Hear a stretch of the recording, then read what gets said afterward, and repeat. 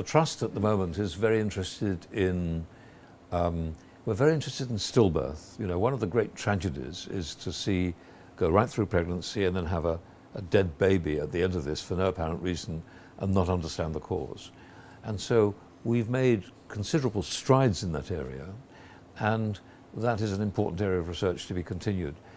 Probably less well recognized is the fact that miscarriage is really important because it's extremely common. You know, 1 in 4 pregnancies are lost.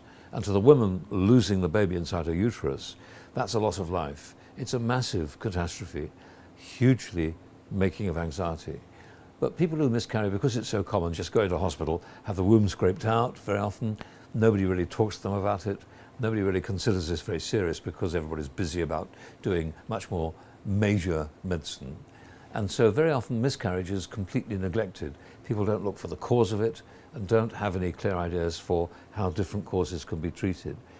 One of the things I think we're really proud of here is that we've been making massive improvements in understanding that. So we know, for example, that certain bacteria are important for changing how we go into labor, and to some extent may go into labor very, very early in pregnancy in some cases as well.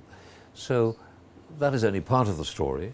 But my own work was involved with miscarriage early on because what we were doing 25 years ago was really the first treatment for people who kept on miscarrying repeatedly, to demonstrate that we could screen the embryo for the right genes and the right chromosomes. So chromosome screening really started in this laboratory. And the other thing, of course, that I was doing then was detecting genetic disease in embryos. So that was a minor an achievement of some kind. I mean, at the time, you know, it seemed modestly important. But it was the first time really that anybody had looked at genes in an embryo and found techniques for being able to do that. So it was quite a novel idea. And we did that simply because there were 1 or 2 women who particularly we wanted to help, who we were very sad about. And we spent 5 years trying to work out how we could arrive at a technique to screen the embryo. That technique is now used worldwide in hundreds of clinics, in thousands of patients. And that was the Genesis Research Trust that funded that entirely. So, you know, I think that's something which we could be quite pleased about. My own work now, well, I'm quite interested in how sperm develop, and we're making some progress there. I've got a lovely PhD student, Shiva Jarvis, who's working in that area. And I've been very interested in trying to modify the genes of animals, particularly using the mouse, but eventually to use pigs. And the reason for doing that is because we think that this research may make it possible to modify pigs' genes. So although the pig is completely normal and totally healthy and feels and looks like a pig, its organs could be used for human transplantation without rejection occurring.